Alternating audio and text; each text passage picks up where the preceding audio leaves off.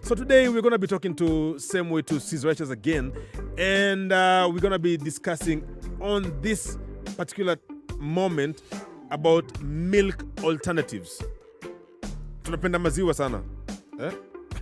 Patiz, tunapenda maziwa na sukari. Kila mtu. Sawa. Sasa ubaya ni nini? Hizi vitu zinatuharibu mwili. Ala.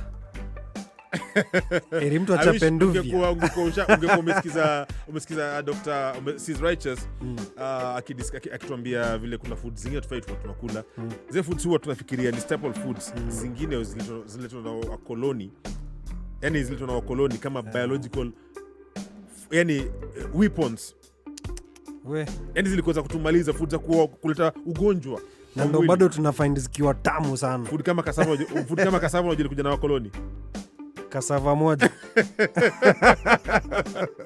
Yes, and of course right now, so Wakenya wanapenda chai ya maziwa na sukari. Wanaweza replace aje? Sis Righteous, what you say? Talk to us. Yeah, ndio Wakenya wanapenda maziwa, wanapenda chai na sukari. It's a health menace. So the dairy industry is so big in Kenya, like colonial times, again, great cows and all that. Most of the politicians own the milk companies, but yeah, let's not talk about that. In the supermarkets, you can get your vegan milk replacements, but they are usually very expensive because they're imported, and not all of them are SABI approved. Sometimes when I feel fancy, I buy hemp milk or quinoa milk. So yeah, but it's simple to do your own vegan alkaline milk. So to make a plant-based milk, you can take, for example, coconuts, which is very easy and part of Kenyan culture, also Swahili culture. So you just grate the coconut, like 1 or 2, depending on how much milk you want. And then you can use a grater, mbuzi, or even if you have mixer blender, much easier. And then you boil it up. You don't have to boil it, you just really heat it and then pour it through a strainer, kichungi, and then unafinya. Then bado unaweza rudisha kwa sufuria tena. You do it like 1-2 more times till the coconut remains in a strainer, become tasteless. And then you can also boil dates with a little bit of water. Take like 5 of them or more if you want it sweeter. And then you finya them also kwa kichungi, and then you add that to your coconut milk to make it like even more sweet, and then you can use it for your chai, use it also for baking, for your herbal teas. Yeah, versatile. Bless up. Vybz Radio, conscious all the time. And of course, we are stirring it up, and you heard of the alternatives on Zamaziwa Pale from Sis Righteous. Big up on yourself and Sis Righteous. Thank you for always keeping us informed on what to do in terms of living an Ital life. And now the next question that we asked Ital Sis Righteous is, what can we plant from a SABI perspective, from a SABI diet, from a SABI type of living, for the farmers of the Vybz Nations, who in the comments were writing about Ital livity is about eating food from the farm like maize, sweet potatoes, etc. And this is what Sis Righteous had to say. Take a listen. Vybz Nation. Wanted to address this because we saw a lot in the comments, youths commenting that Ital livity is about being vegetarian, vegan, eating them kind of tubers and things you plant in your farm. But I want Vybz Nation to check, what are they planting? Is it actually beneficial to the African? Like, compare the prices of maize with wimbi or mtama or shangas, indio. So if you can reevaluate and check yourself, the price also reflects the nutritional value the food has. So you could skip maize farming, bring back the wimbi and mtama, or go for a quinoa grain. That's very healthy. And Then think about matoke. Weka matoke, hii type ya Uganda or Kisi type, that's still the best original type. Then bring back the fruit trees. So many have been cut for charcoal and wood. We have so many fruits here, and then about the herbal trees and the shrubs, they should be really your food. Something else that is Sabia proof you can plant as a grain crop to replace your maharagwe is chickpeas and njugumawe, timbande. So yeah, you check out where you can get your seeds. Whether you try and get something from Calro or from your common farmer, check out other projects that are promoted online. Do your research where you can get seeds. If you have people coming from abroad, ask them to bring you something.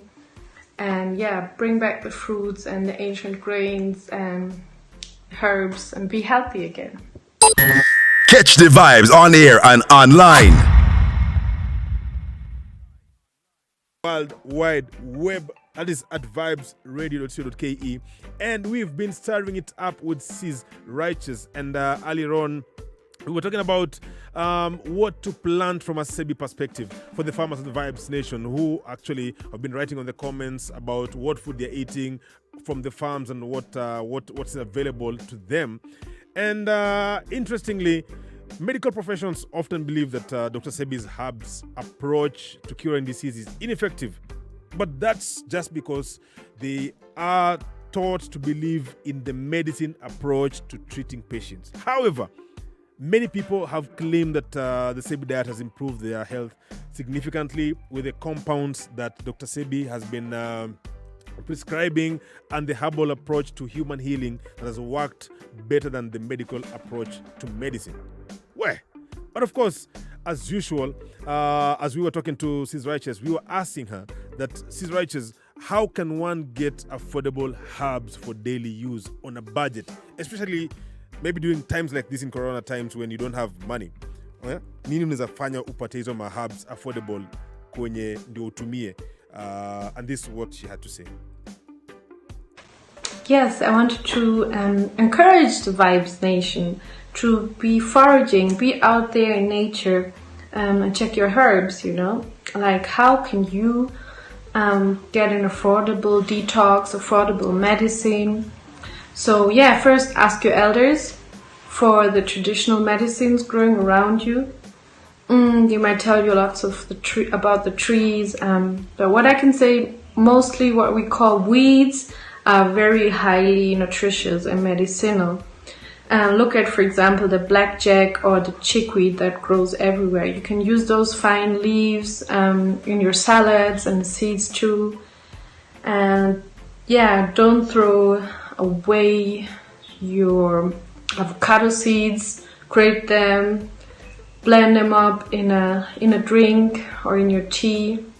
Also, your matoke peels, don't throw them, just dry them and burn them to ash so you get your natural bicarbonate, your ammonia, and you can use it in your food as a natural salt, or you can even make like some drinks with it. Instead of alcohol, you can use lime and spring water and ammonia. Then a very common herb growing everywhere is senna. And that one, you can use it for colon flush and detoxing.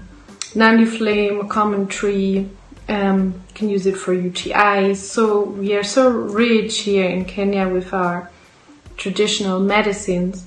So I would encourage you to study that, because even the fruit trees you have here in your own yard remaining, maybe like the avocado, mango, papaya, those leaves have high medicinal value. And things like davai, stinging nettle, zambakalu, this one is like a superfood and sold very expensive in the organic shops. So same for your avocado seed. Don't be too comfortable, go out foraging. Dandelion, guava leaves, ferns, we call them kalawala. These things are so abundant everywhere.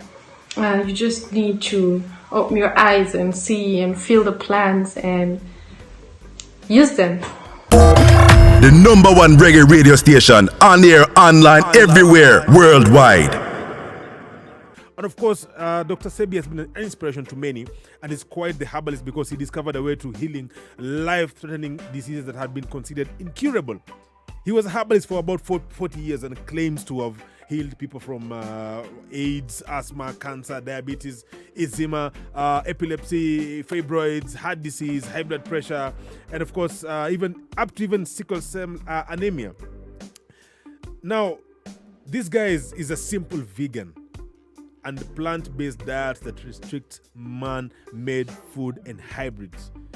The herbalist Dr. Sebi's diet is about minimizing acidity in your foods and mucus in your body. And now that brings us to the next question that we asked Sis Righteous. How do we reverse disease by healing the electric body?